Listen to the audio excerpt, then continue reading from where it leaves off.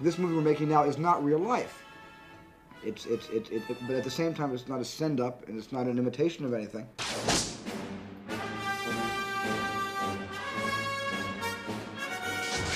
Her torch is going out. The snakes are even closer to her now. Indy climbs to the head of the statue. He braces his back against the wall and puts his feet on the arm. I had been looking for action adventure. I had been looking to do something that would take me globe-trotting. And that was one of the things I told George Lucas when I spent time with him in Hawaii in '77, which was, I really want to make a globe-trotting movie like James Bond. So I had that in my appetite. It was on my sort of horizon that by hook or by crook, I would somehow make a kind of international movie involving action and chases and big set pieces and a fantastic John Williams score. I just didn't quite know, you know, I had the template, I didn't quite have the carrier pigeon. And until George mentioned this idea that he had had about Indiana Jones.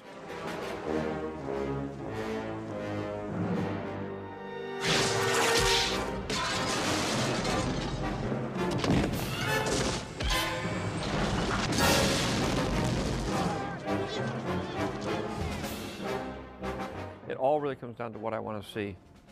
And Raiders especially was one that I just wanted to see the movie. I thought when I was working on Star Wars and I came up with the idea, I said, oh, this will be a fun movie, but I can't do it because now I'm going to do Star Wars and that's going to be my action adventure movie.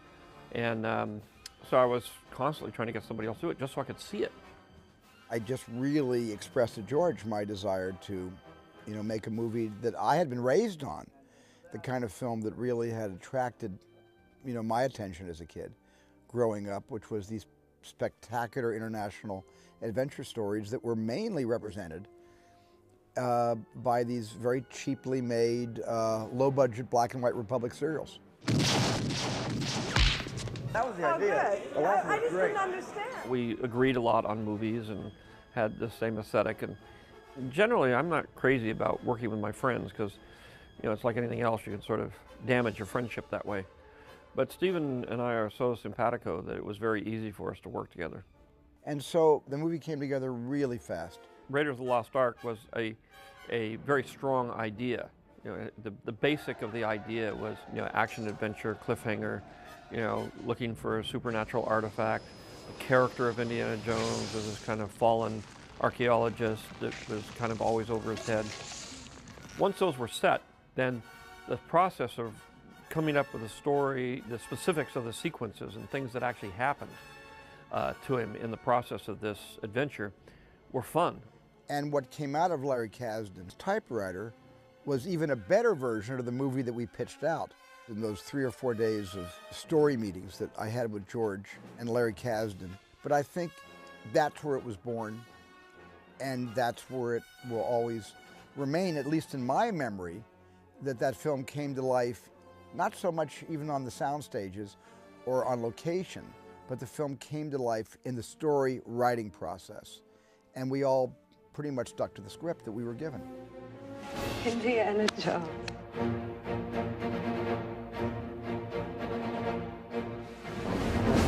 It was inconceivable to me that we wouldn't find the right actor to play Indiana Jones, even though Harrison Ford wasn't even being talked about in those days.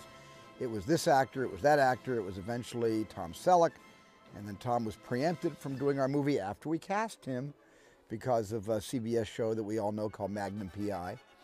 And then I had just seen a cut of Empire Strikes Back and said to George, that's Indiana Jones right up there, Han Solo. Why can't he do it? And George said, no. I got my hands full with Harrison just playing Han Solo. I don't want to, you know, he's identified as Han Solo. Let's leave him as Han Solo. And I said, yeah, but he's an actor. Actors play hundreds of different characters in their lifetimes. I think he'd be a great Indiana Jones. And that's sort of how the whole process began with Harrison. And that's what I told George when I first accepted the project. I said, I'll do the movie, but I'm going to shoot it real fast. Right. This isn't, we're not going to do 20 takes on a 14-inch dolly shot. And we're not going to spend time getting the girl's hair out of her eye every shot.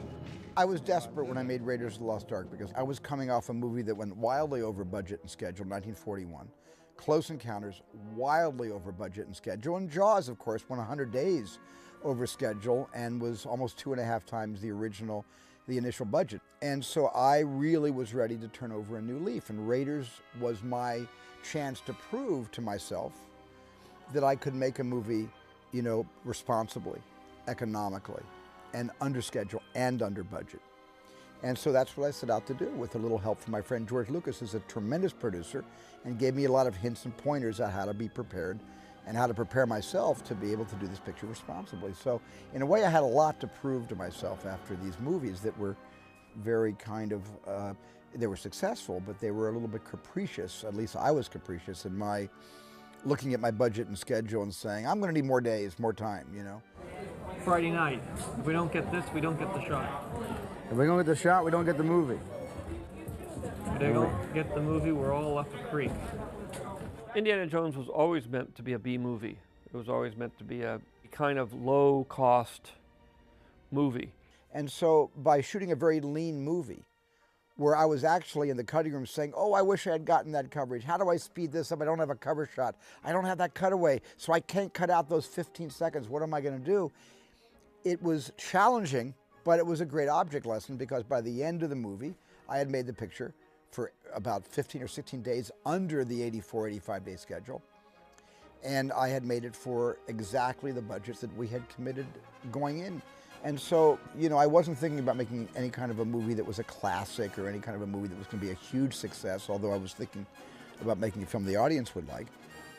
But I was trying to make a movie that was fiscally responsible. Raiders of the Lost Ark was a dream for me. The script came out better than I could possibly imagine. Steven, when he started directing, it came out even better than the script. So every step of the way, it was getting better and more fun and more exciting. And of all the movies I've made, it's the one that was the most fun of all. Well, I think with the exception of The Shark in Jaws and E.T., I've only made a couple of movies where I can put the silhouette of the leading character up on the screen, just a silhouette, and people immediately know where that came from.